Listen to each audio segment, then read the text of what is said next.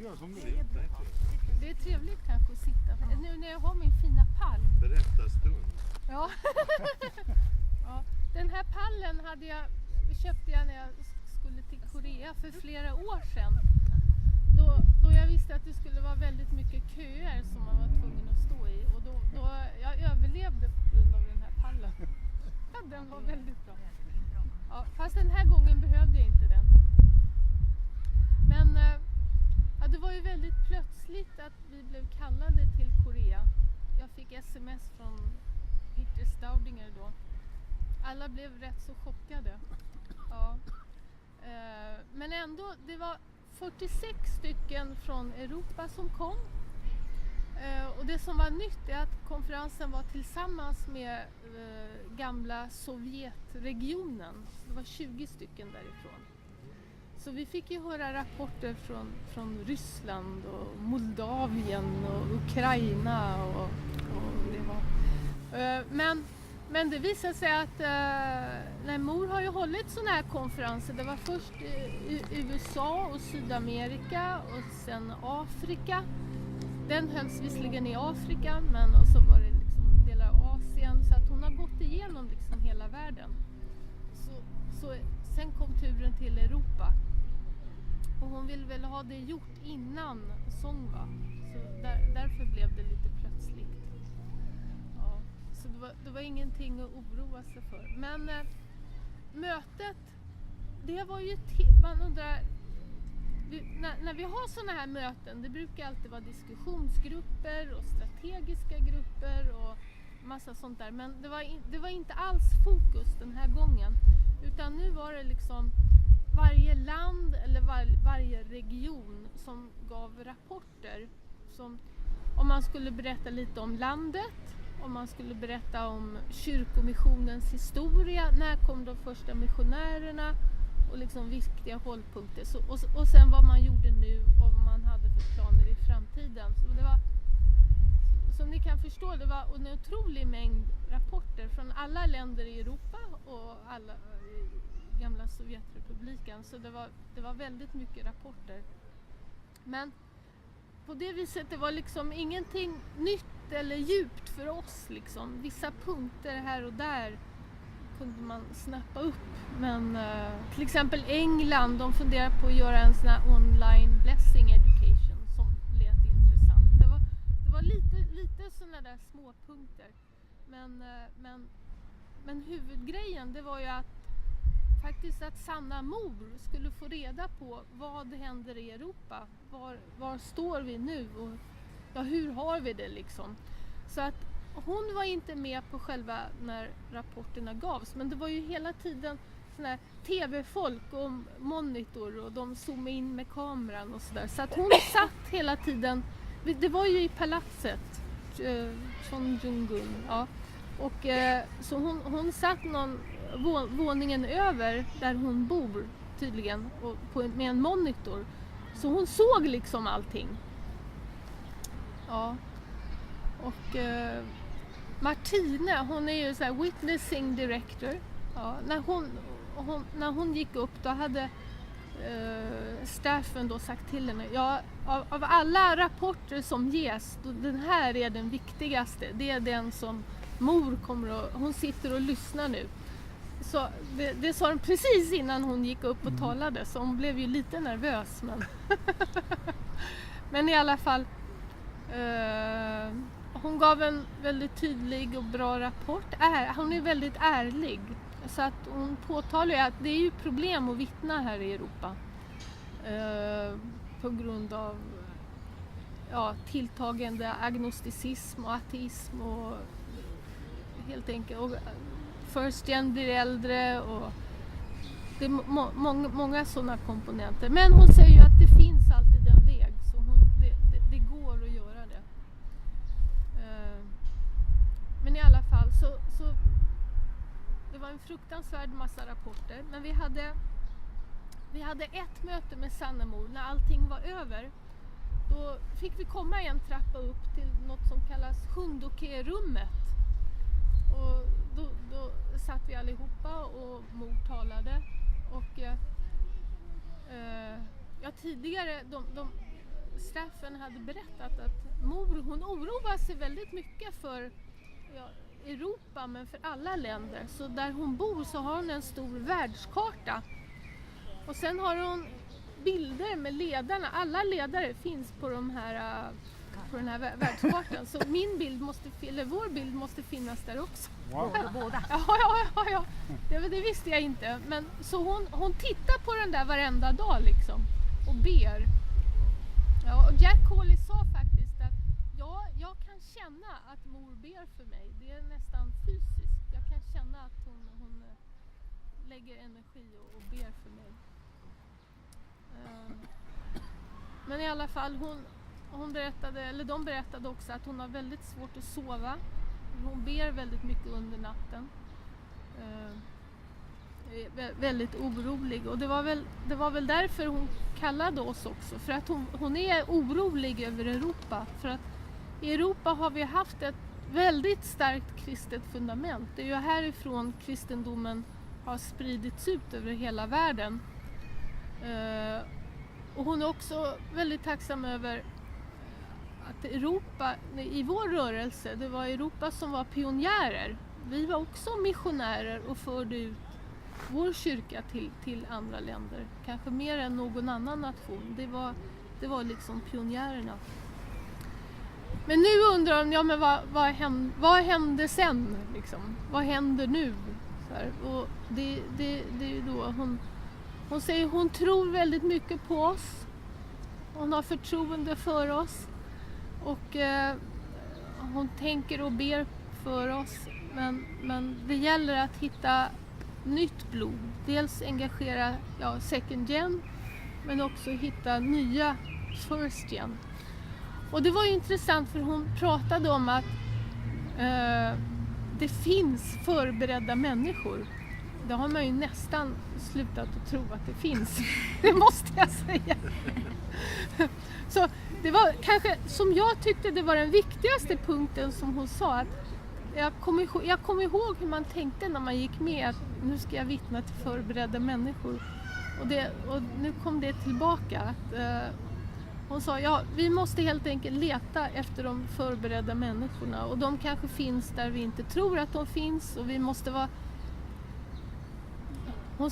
liksom vara beredda att söka dag och natt. Inte bara kanske på ett visst ställe, utan vara mer öppna liksom. För att Gud har förberett människor. Och de finns. Och den sista punkten tyckte jag var egentligen det viktigaste som hände på hela mötet. Om jag ska ta en punkt så var det den här förnyad tro på att det måste finnas förberedda människor. Vi måste ha bättre sökverktyg kanske, som Google.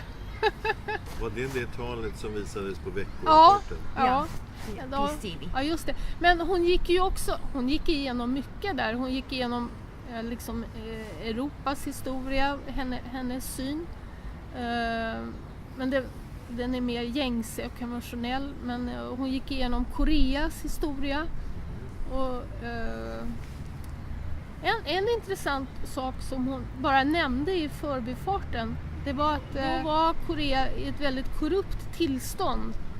Så att egentligen Japan hjälpte till där för att reda ut det hela. Det var så kanske far inte skulle ha uttryckt det. Men det var en intressant grej. Och sen talar hon ju naturligtvis om sin egen roll och att vi måste förstå den här historiska bedriften som sanna föräldrar har gjort. Att när Jesus kom så kunde han ju inte bilda en familj. Han kunde inte få en fru, skapa en familj. Men det har faktiskt hänt nu. Så att vad sanna föräldrar har gjort på den grundvalen de står, den är ändå, det är någonting som inte har hänt förut i världshistorien.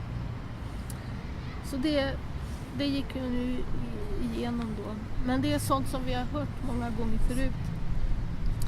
Sen efteråt någon gång där så var det sån här turnering med gjort. Man skulle kasta pinnar. Det har kanske alla gjort här. Men för mig var det första gången jag faktiskt kastade pinnarna. Liksom. Ja. Vi delades in i 4 lag. Det var liksom med hjälp av lotter. Och en del de var ju jätteentusiastiska för de sa men det var jättemycket prispengar och nu skulle man kunna vinna jättemycket. Det vinnande laget skulle få jättemycket så här. Ja. Och alla var gung-ho där. Ja. Ja, för mig var det lite svårt för jag har ingen aning om reglerna. Man skulle skrika liksom jutt, men jag förstod aldrig riktigt varför och hur. Men i alla fall jag försökte hänga med där. Men mitt lag kom på 4:e plats, det vill säga sist. Ja. Men det var nog för att vi var ovanligt många som inte hajade någonting om reglerna. Så där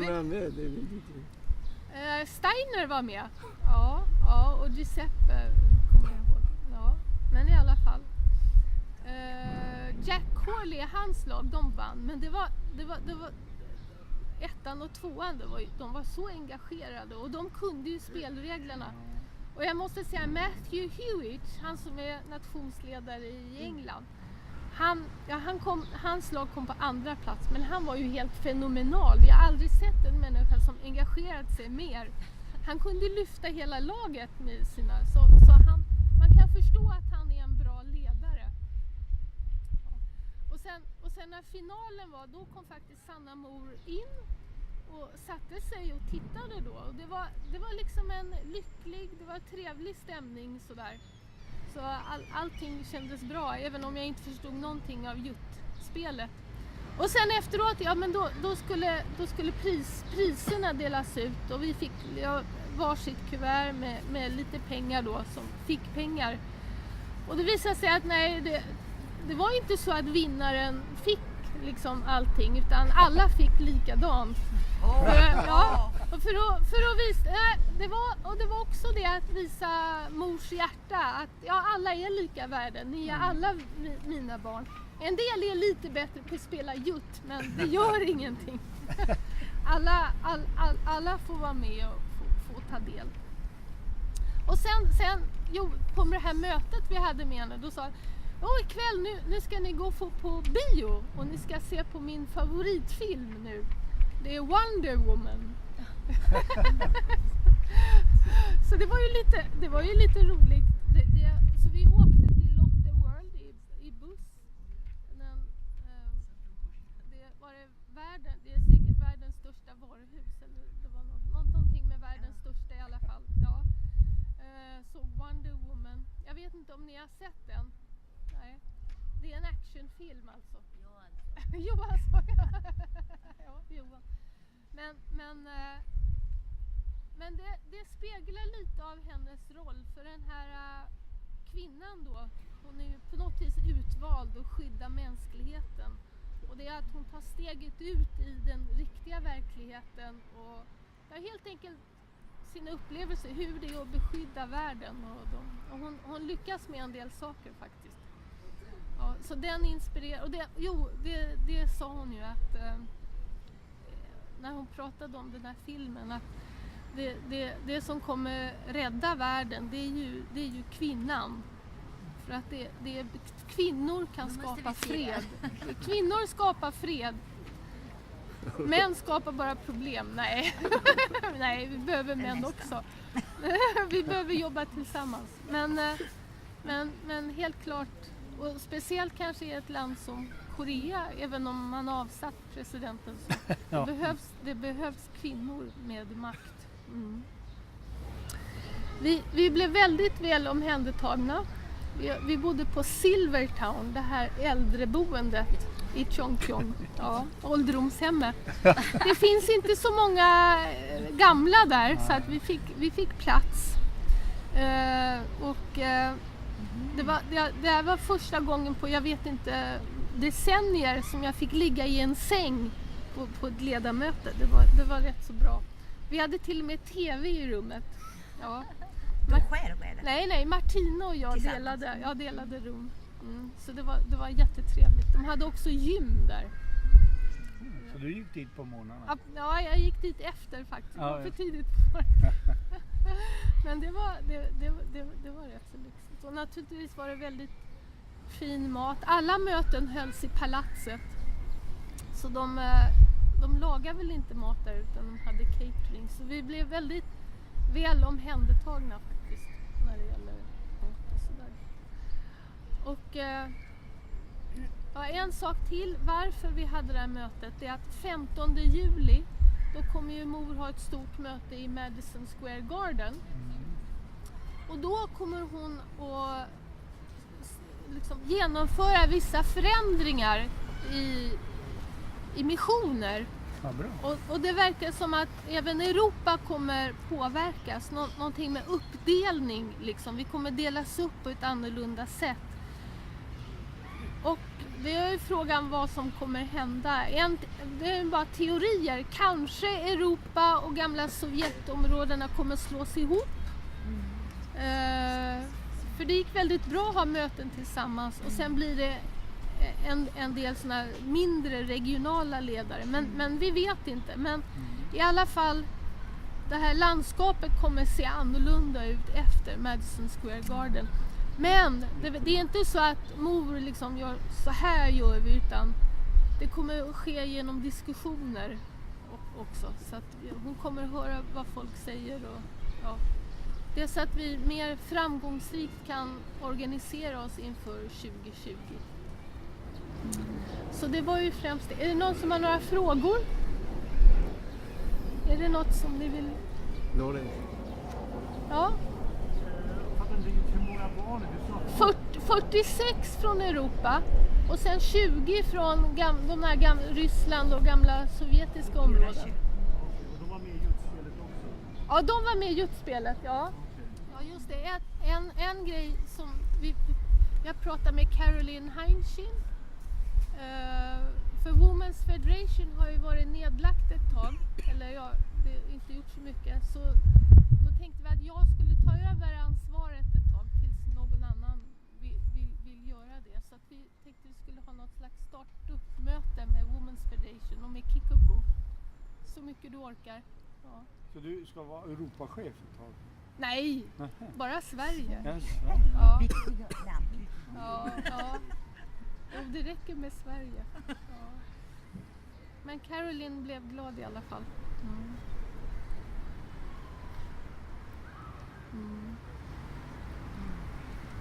För, ja, Sanna Mor vill ju arbeta genom Women's Federation också.